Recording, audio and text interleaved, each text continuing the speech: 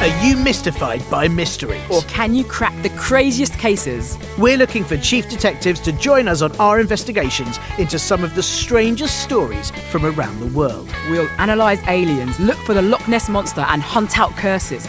We'll present you with the best evidence and the most interesting facts. And then it'll be up to you to decide and tell us what you think.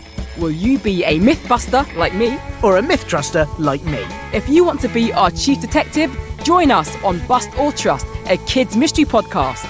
Every week on Apple Podcasts, Spotify, Amazon Music and all other places you listen to podcasts.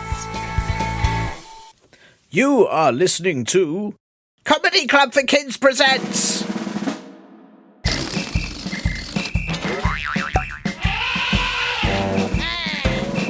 Radio Nonsense, Radio Nonsense, Radio Nonsense, Radio Nonsense, Radio Nonsense.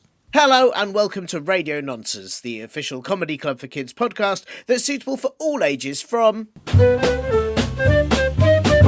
2 and everything in between. I'm Tiernan. Yes, it's still me. Hello. And this week I thought it was time to answer yet another question that so many people ask me about this show. Why are those hippos so stinky? Asked Steve, the man who shouted that at me in the street yesterday. Where do stinky hippos come from anyway? Said my cousin, who says she won't visit as it's just too stinky here because of all the hippos. Who is Stinky Hippos? Why is Stinky Hippos? That's from Linda. I don't actually know how Linda talks. Linda, is that how you talk? No point. So, anyway, admittedly, none of you have emailed in about the Stinky Hippos because you just keep sending them to me instead, which is it's awful. It's awful and I hate it. But I did think it was high time I discovered more about these strange and highly smelly, very small semi-aquatic mammals. So I asked a very famous nature documentary maker, Glavid Smattenburgcake, to investigate for me. And I thought, this is a special exclusive just for Radio Nonsense, just for you listeners. Here is a glimpse of Glavid Smattenburgcake's Pong, the Stink of the Hippo, his brand new documentary. You might be aware of what a hippopotamus is, and you will indeed be aware of things that are stinky. But few have ever seen the rare stinky hippo of Guam. For a long time, these creatures were considered mythical beasts, written only about in the stories of Guamanese ancestors, these tiny hippos that would amass at nighttime, creating smells that would make even the strongest stomach turn.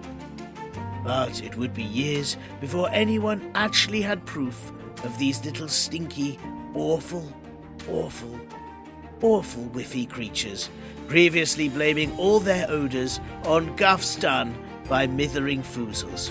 Sorry, I mean grown-ups, of course. Yet I'm here, me, Glavid Smattenburgcake, by a skip on the island of Guam.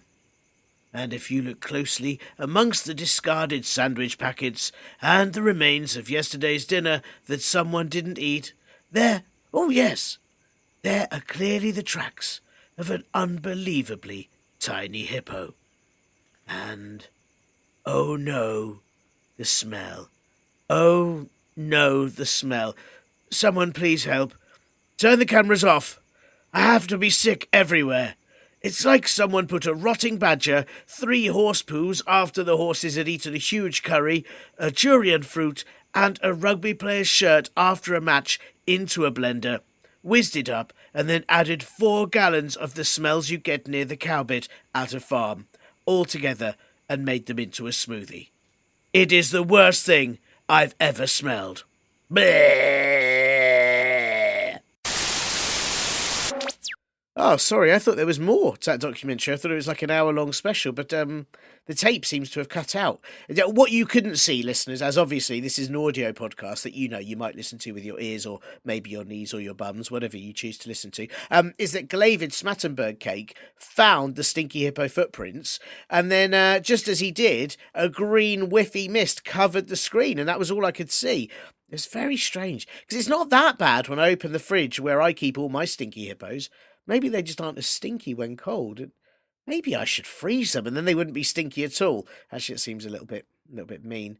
Maybe it's just because they're in their home environment they were extra stinky. Anyway, look, sorry, there's no more of that documentary. Let me just remind you that if you want to get in touch with this show about if you've seen a stinky hippo in its natural habitat, like the toilet or a rubbish bin, that's a trash can for some of you there.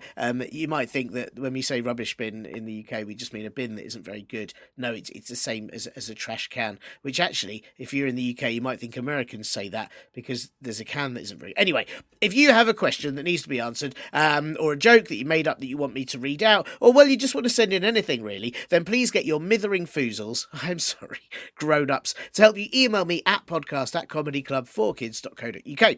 Don't forget, you can also find out where you can see Comedy Club for Kids live, which I should say has a strictly no stinky hippos policy in place. And you can find all our dates at comedyclubforkids.co.uk. And you can grab our t-shirts. Yes, there is a stinky hippo one, and our book at comedyclubforkids.store.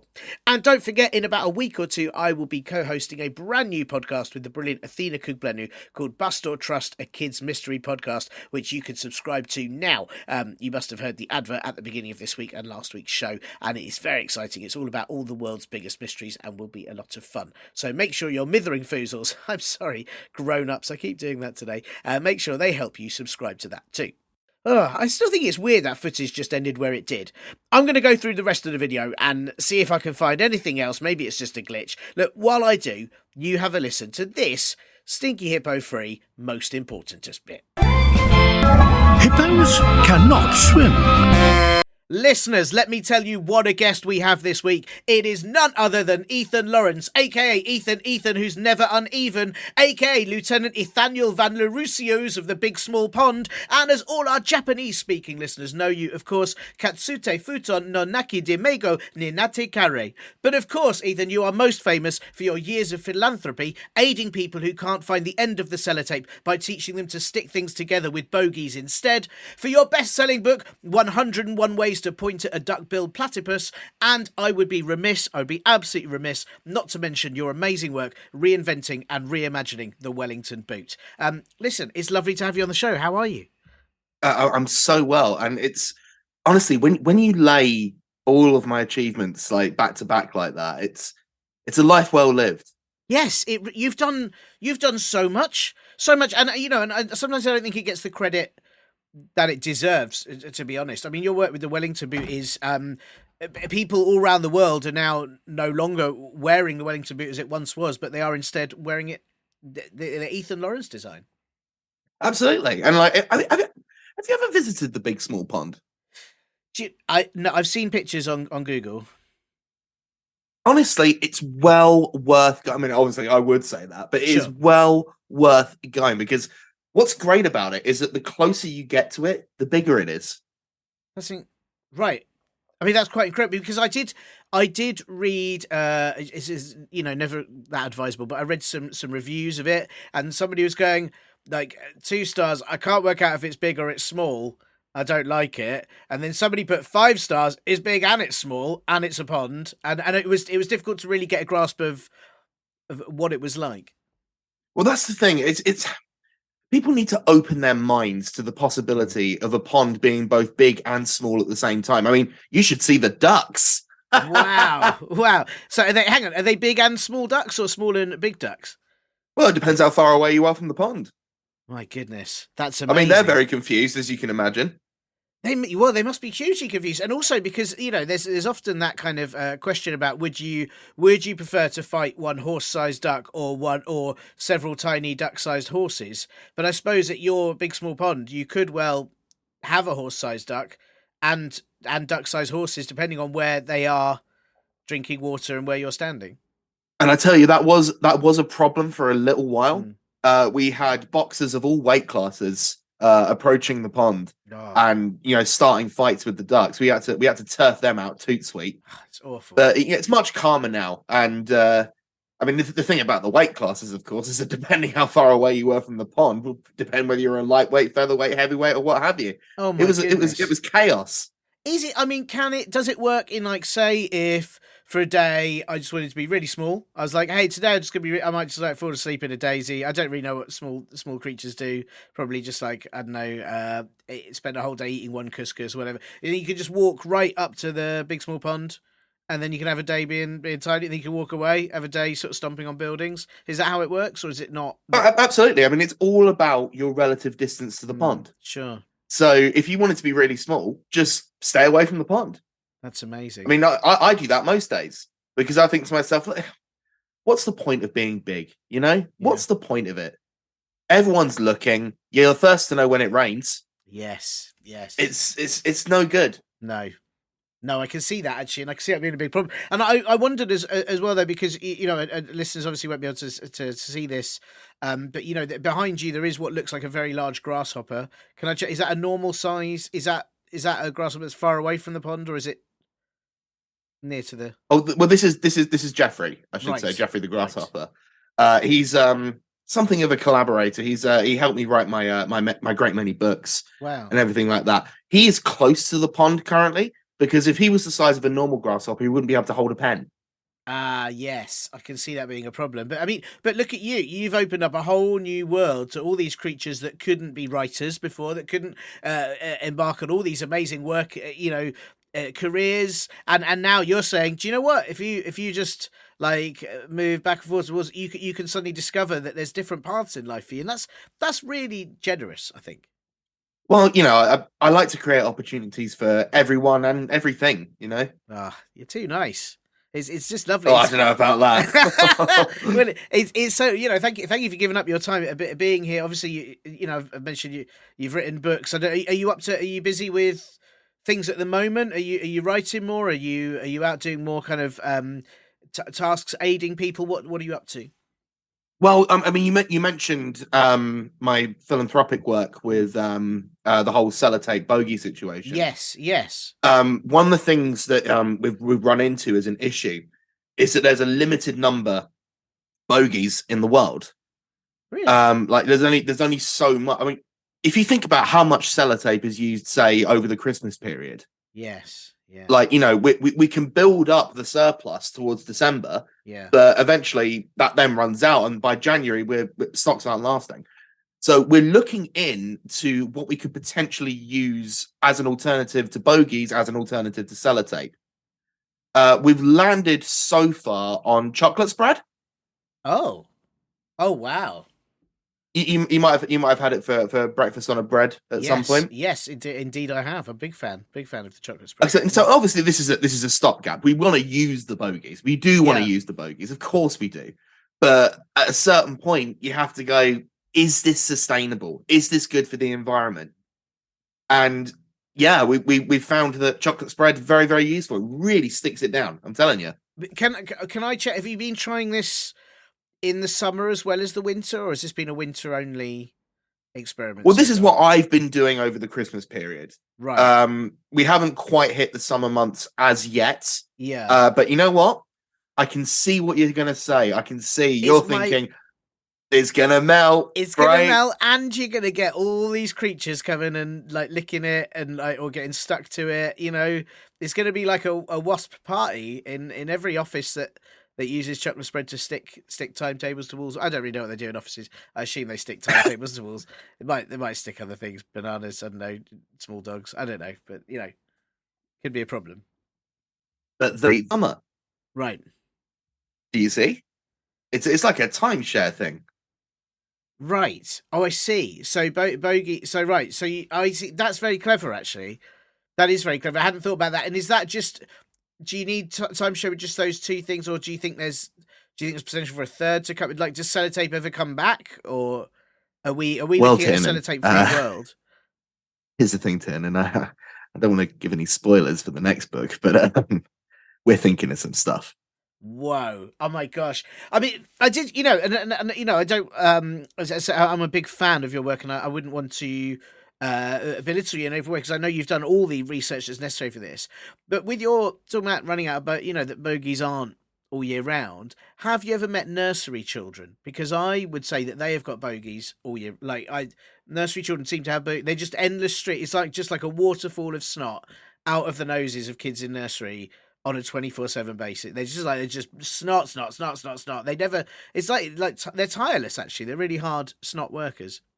Well, nurseries are actually our biggest supplier. Right. Okay. It's really only during the winter because, as you know, over Christmas, they don't go to nursery; they're at home. Oh, of course. Right. And so, you know, It's we really can't selfish of them. we can't access the stock. That's the issue. That's so selfish of them, and frankly, I think But nurseries. hey, you know, they've got lives to lead as well. You know, Yeah. I can't always be. You can't blame nursery school children for taking the time away from the nursery to go back home. I mean, we all need a break on occasion. Yeah, we do, and I also realised that obviously we've got listeners to show that aren't in the UK, and a nursery in the UK is the same as a kindergarten in the US. It's not that we're just talking about like children that work in garden centres or work as nurses, but they also do. I mean, nurseries here are very productive, so they do all those things as well. But it's mainly just somewhere where small children go. Well, that's how we got to put them to work, producing all the bogies. Yeah, it's very resourceful, and I do admire that. And I'm sorry for even questioning it. To be honest, it's quite rude of me to have not thought that you'd already be on top of this. But it's the immediate thought I have in my head of a bogey production. A 3-year-old kid is generally like a one-person bogey factory, and it's quite remarkable. Now, so people always have questions, but you know, when you're providing enough bogies for the entire populace of the United Kingdom, eventually you're going to run into logistical issues. Yeah, and that's what we here are trying to fix here at Lawrence Towers. Lawrence Towers, which is in the big towers, small towers. Where are they in relation to the pond? Well, it's on wheels. So if we feel like downsizing. Do you know? I'm going to let you into a small secret of mine. I say it's a secret. It's not really. I just don't really talk about it. I've always wanted a building on wheels. And people say, "Oh, there's caravans." It's not the same. I want a big building. So you could change the view. So you can one day, here's a lovely view of this area. Let's wheel it over there. Here's a lovely, it's a sea view. That's like a dream of mine. Well, it's a dream I'm living, and I've got to tell you, Tiernan, it's a beautiful thing. It's a beautiful thing. I'm straight up. I'm jealous of your life. I'm so jealous of your life. This sounds too good. I need to visit I need to ignore those reviews and come and visit the Big Small Pond. Like I said, I may be biased, but it's given me my life's work. What can I say? It's brilliant. It's brilliant. And what is so good is you have a lot of work. You move it closer to the pond, and then hang on, maybe I've got this wrong around, and then you move it further away from the pond, and then it's less work, and you move it close to the pond, and it's more work. You can adapt depending on how you feel on the day. Oh, this is just brilliant. Well, listen, Ethan, I've got the reason I've asked you on this podcast, apart from it just being an excuse to hear about your amazing things. I've also got a question that's been sent in, and I think you are the man that needs to answer it. I think you're the person with the answer. But before we get there, I'm afraid I do have some admin questions, and I hope you're okay with a bit of admin. No problem at all. Yeah. Oh, that's good. I mean, obviously, if it's too much admin, I guess you could move it in relation to the pond to lessen it. Yeah, I've fired up the engine so we can move the towers whenever we need to. So clever. And Jeffrey looks so relaxed about the whole thing. I'm very impressed. Not my normal experience of grasshoppers. Normally they jump away. He seems very placid. So look, here we go. We've got the first bit of admin is, I'm not sure if you're aware, but this is an audio podcast. And as I say every week on this show, our listeners tend to listen to it with their ears. But again, if they listen to it with their knees, their bums, their pet grasshoppers, it doesn't, it doesn't. We don't discriminate. However they want to listen to it, that is fine. I just called Jeffrey a pet, which is really rude. He's like a collaborator. I'm so sorry. Yeah, but that's fine. Again, this is all new territory. Sure, you know what I mean? Yeah. Not a lot of people have grasshoppers as valets / butlers / ghostwriters. Sure, I know. I'm so sorry. He seems quite calm about it. So it's a brave new world. Yes, we're clearly. And am I right? Grasshoppers have their ears in their knees, don't they, or in their legs? Absolutely. Yeah, so you mentioned listening with the knees. That's what Jeffrey's going to do when this goes out. Great, that's good. It's because it's an audio podcast. What I was going to ask is if you had a favourite noise that you could tell us about, or preferably even make for us. So my favourite noise is, oh. Wow. It's a catch-all noise that you can make if you stub your toe or if you stub your knee. Yeah. Or if you stub your elbow, just to let everyone around you know, I have hurt myself and I am in need of assistance. Wow. But it's. Could you just make it again for us, please? Oh, It's amazing because I think in that one sound it both shows pain, but there's also a little bit of you're a bit disappointed in yourself. well, that's it. Like, you must have stubbed your toe before, Yeah, Tiernan. endless times. And it's even though it's an accident, it's embarrassing, isn't it? It's awful. Yeah, It's like I can't even walk properly. What's going on here? yeah. I mean, in an ideal world, I would remove everything at toe height. I'd have everything at toe height erased from the earth. And above, or just toe high? No, just toe height. So like all like tables and chairs and all things like that would have to hover just a few inches above the ground. I mean, I hate to bring it up, but if you were trying to remove everything from toe height, there's this pond that I know about. Oh my goodness! But then, yeah, I suppose that So I'm making it sound a lot like an advert. I don't mean for that. is it. Are you? If you're willing to sponsor this show, we can accept it as a proper promotional advert. But if you're not, then I'm afraid that I'm gonna have to bleep out the obvious promotions. Oh, that's a shame because we've already spoken quite extensively about the pond. So I worry that the listeners are just going to get your incredible noise and nothing else, and the rest of it okay. will be Well, sheer tell silence. you what, I will pay you £100. And £100. Wow! And can I check? Is this £100? Where is it in relation to the pond? Because I'm worried that you'll move it in one direction, it'll be 10p, or you'll move it in the other direction, and it'll be billions of pounds. I'm a man of my word. It will be £100 worth of distance from the pond. That's wow. That's well. Then, in which case, feel free to promote. And if you want to add any small what's the word? Sort of small blurb. If anything you know about the big small pond, may be is at your own risk. If you don't wish to become small, do not become small. And I don't know what you need to do for the safety of the listeners. Oh, there's plenty of signage. They'll see it on the day. Fine.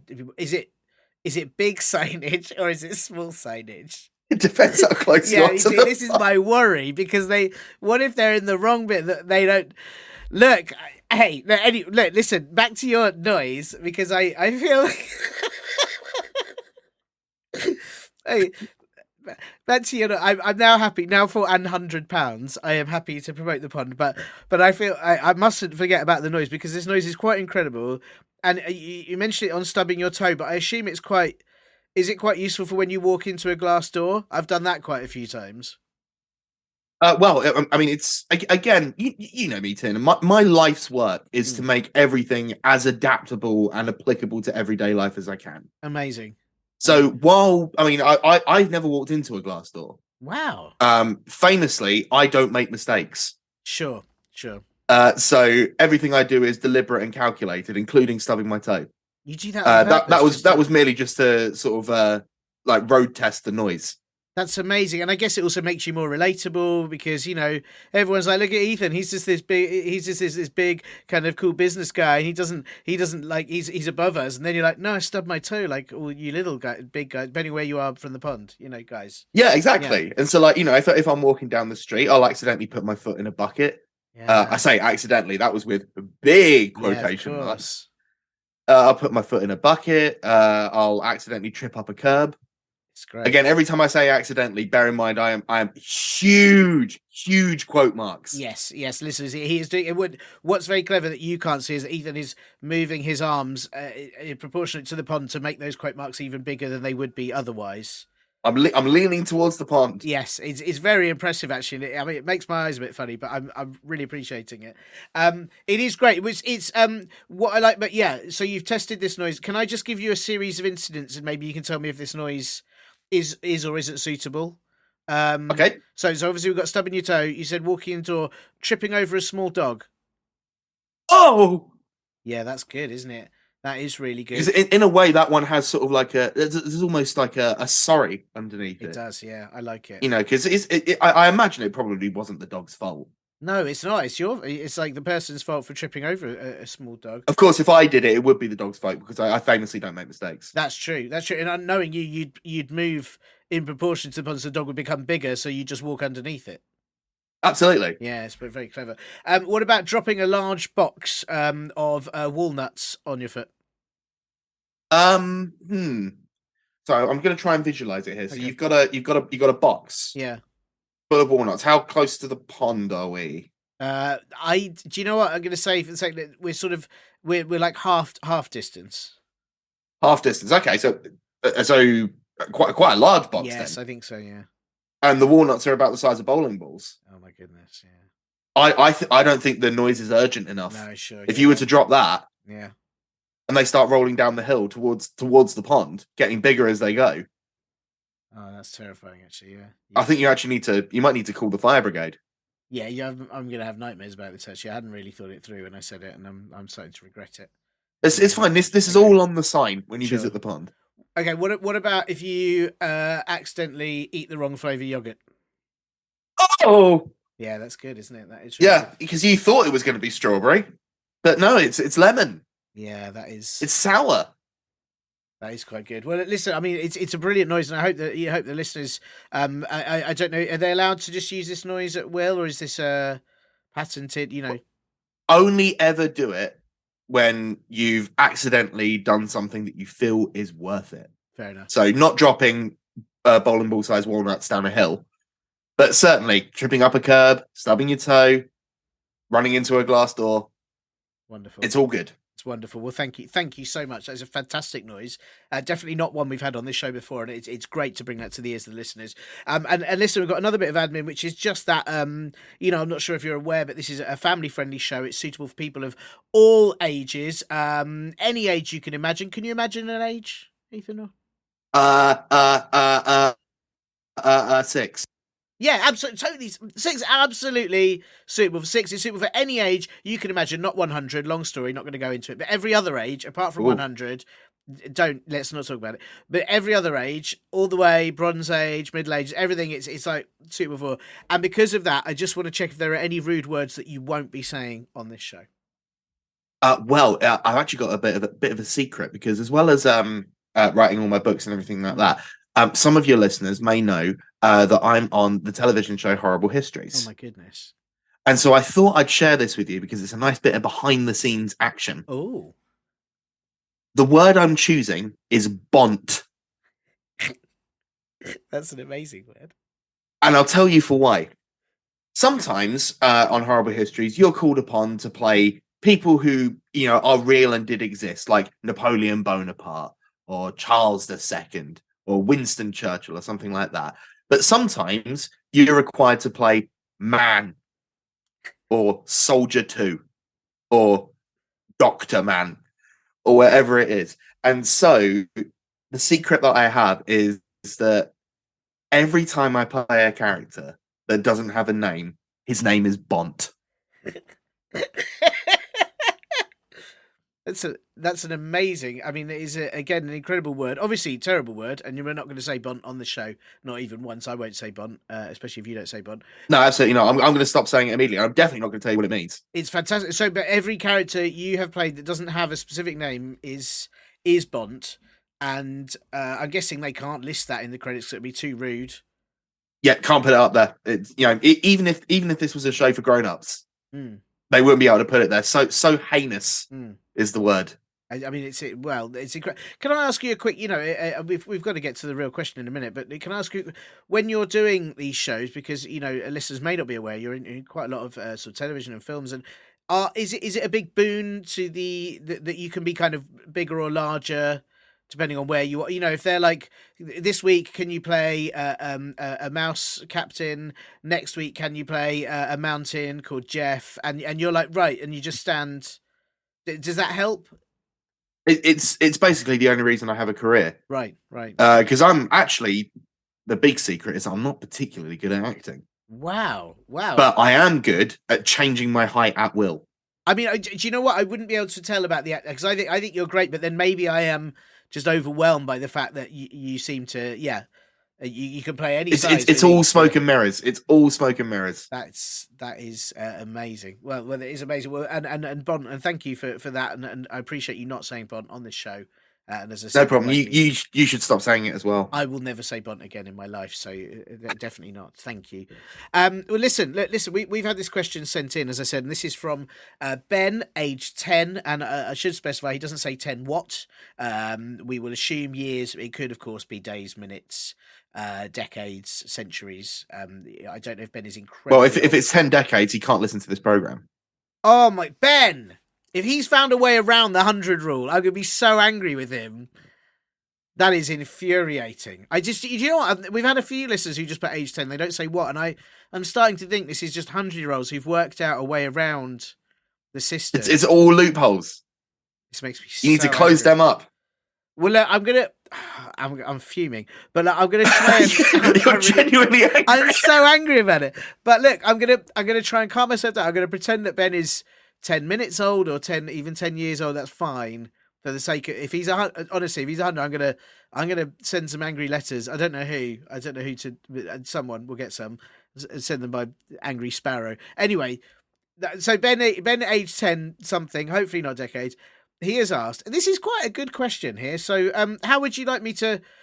I think I'll just read this as it is. I was wondering if I needed to read it very fast or very slow for extra effect, but we'll go for it straight up. Ben has asked, why is glass see-through? Whoa. Interesting. See, now, I hate to sort of answer the question with another question, but are we sure that's the right question? Because if glass wasn't see-through, how would windows work? Whoa. Whoa. So, because I suppose you couldn't see outside if it wasn't see-through. But then would they be a wall? I think at that point it becomes a wall, or at the very least that, oh no, I've just thought of something else. Glass isn't always see-through, Tiernan. What? Ever heard of a mirror? What? Yeah, I have. I have heard of a mirror, actually. I've seen them on TV and in books. Yeah, that's glass. What? Well, that doesn't make any sense. But that's glass, but you can't see outside. Well, no, but hang on. You say you can't see outside, but when I look in my mirror, for example, there's just a man outside, and he often waves and pulls faces and combs his hair. And I just thought, out of interest, what does this man look like? Well, he's got a little beard and sort of brown hair, and sort of roundish face, and he looks very friendly. Yeah. So I think, and wearing a blue jumper, I think, yeah. I would actually like to recommend a book to you. Oh, yeah.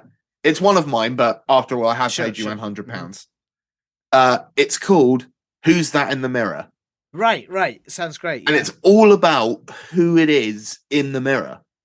Wow. And hate to spoil it because it is 1,600 pages long.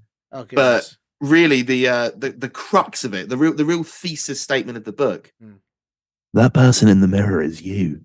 What? How did I get outside? You're not outside. You're inside. You're in the mirror. So confusing. Listen. Hang on, before we go any further, this book sounds. I will absolutely buy one of those books off you. Can I check? Does it cost £100? This is the problem that we're going to run into because I've paid you £100 for me to be able to talk about the book on the thing, but it does cost £100. That's what I did. I did wonder. Yeah. So it's going to be. Yeah, it's a zero-sum game for you, unfortunately. But it feels like I need to read this because I cannot fathom how it's definitely glass, and I'm looking through it. But on the other side is a man, but that man is somehow me, but I'm not outside because I'm definitely warm. Well, I can see how it would be confusing because if you think of a window, when you look out of a window, everything's outside, but you're not. This is right. Yeah. Unless you're looking from a window from outside. Yeah, because sometimes you're looking in, going, "Why am I cold? Why is everyone having fun in there, and I'm getting rained on again?" Yeah, you're standing in the front garden, wondering why. Yeah, it happens very often to me actually. But maybe this is because I thought I was looking in a mirror and I thought I was inside, and I wasn't. I can see why Ben is. If I'm having these problems, I can see why Ben, if he's only 10 minutes old, is having these issues. But I mean, I can only say that I learned all this from a lifetime of study. Sure.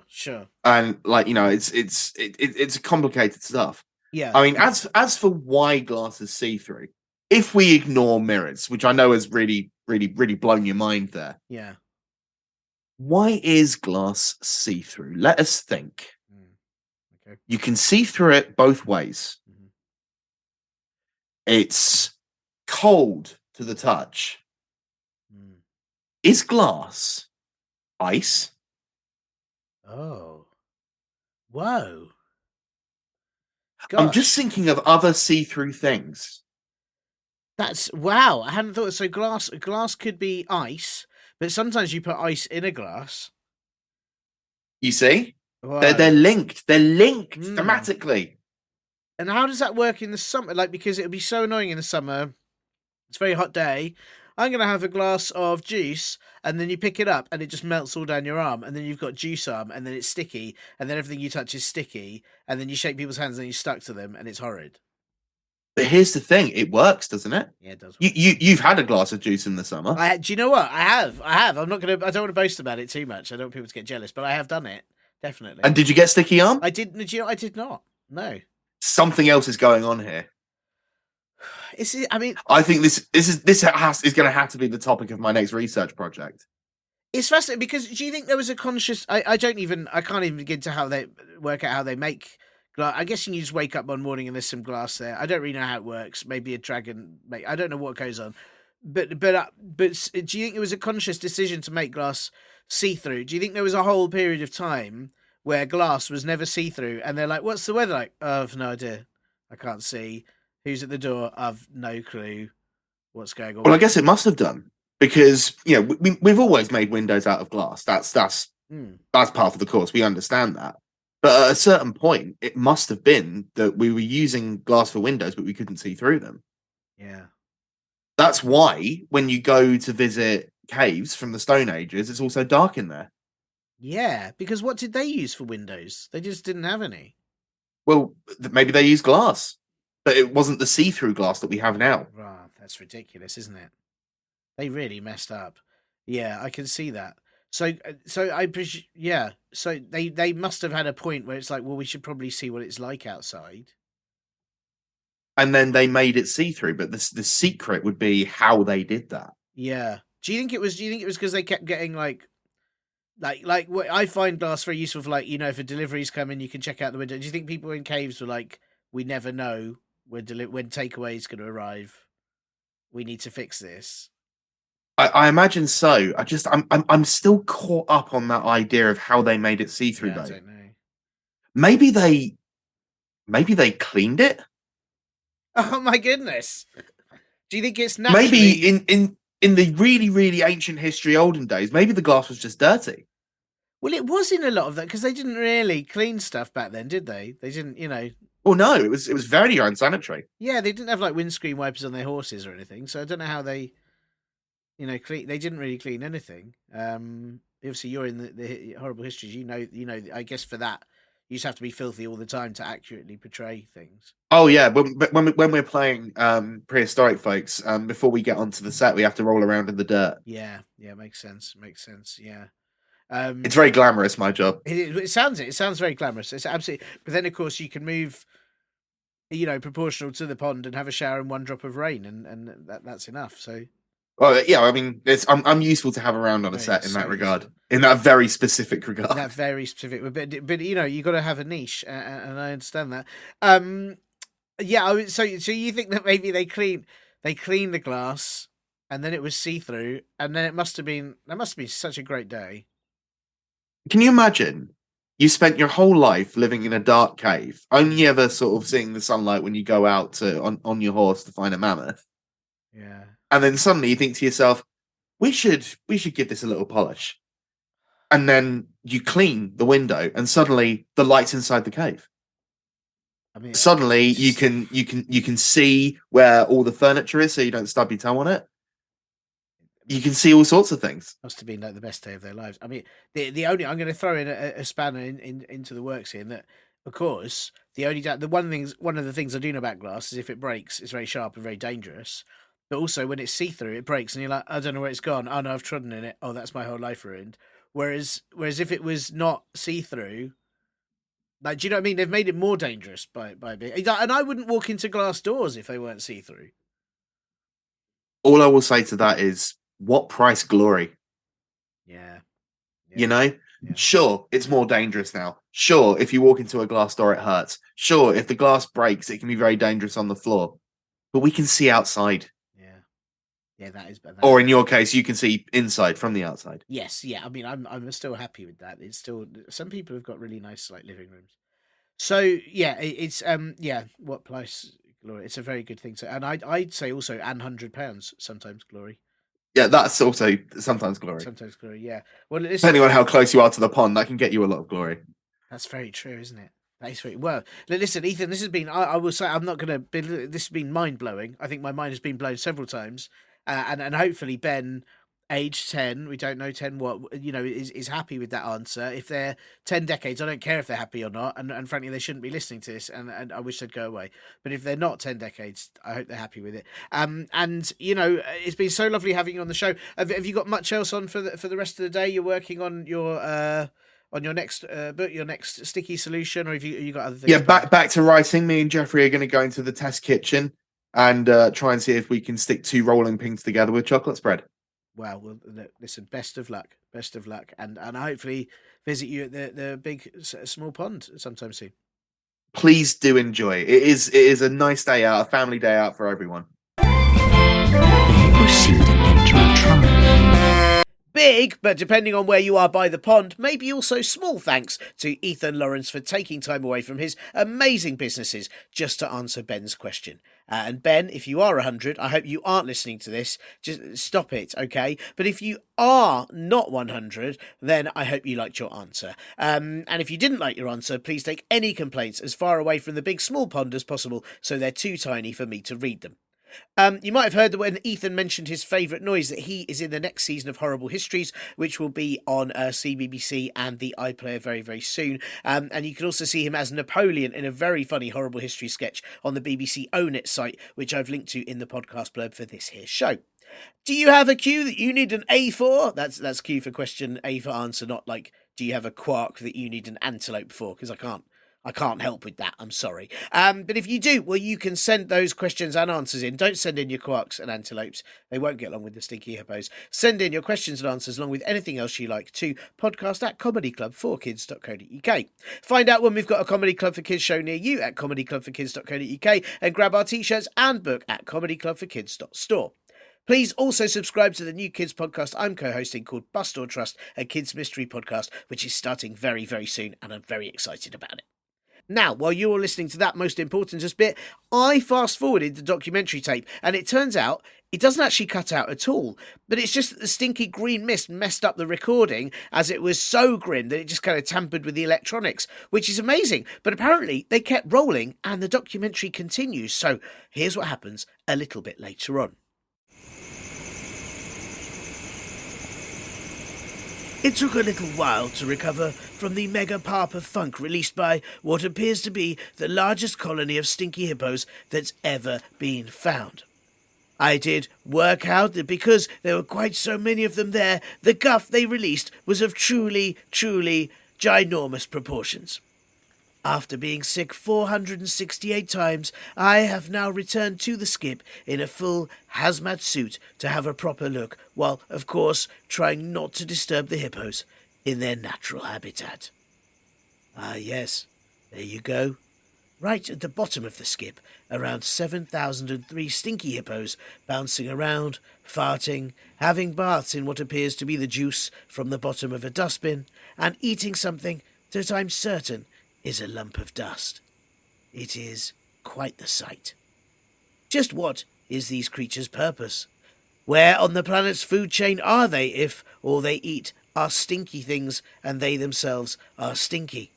Does anything prey on them when, by even going near them, it makes your eyes water and you mostly wish you could escape to the moon so you could no longer smell that smell? And so, for the sake of science, I have decided to take 234 of these, the stinkiest of hippos, and post them to a safe location to be studied. And maybe we can find out more about them.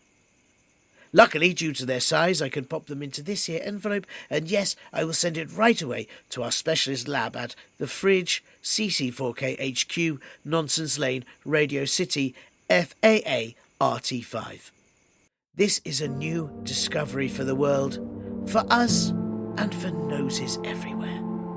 There is nothing more inspiring to know that this, the tiniest of hippos, can create the biggest of smells. Oh no, it's permeated through the suit. I can smell the smell. I'm going to be sick in my hazmat suit. Turn the cameras off. Turn them off. Turn the cameras off. Bleh.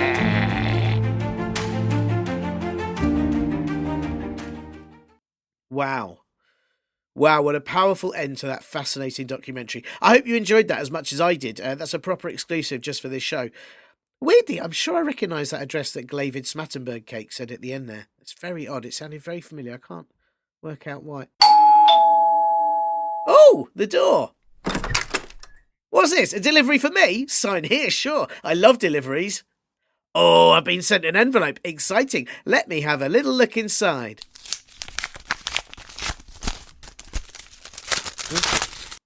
What's that? What's that smell? Oh no!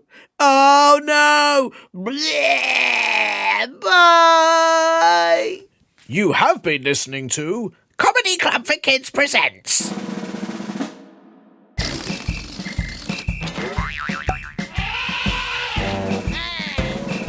Radio nonsense! Radio nonsense! Radio nonsense! Radio nonsense! Radio nonsense! It's the end.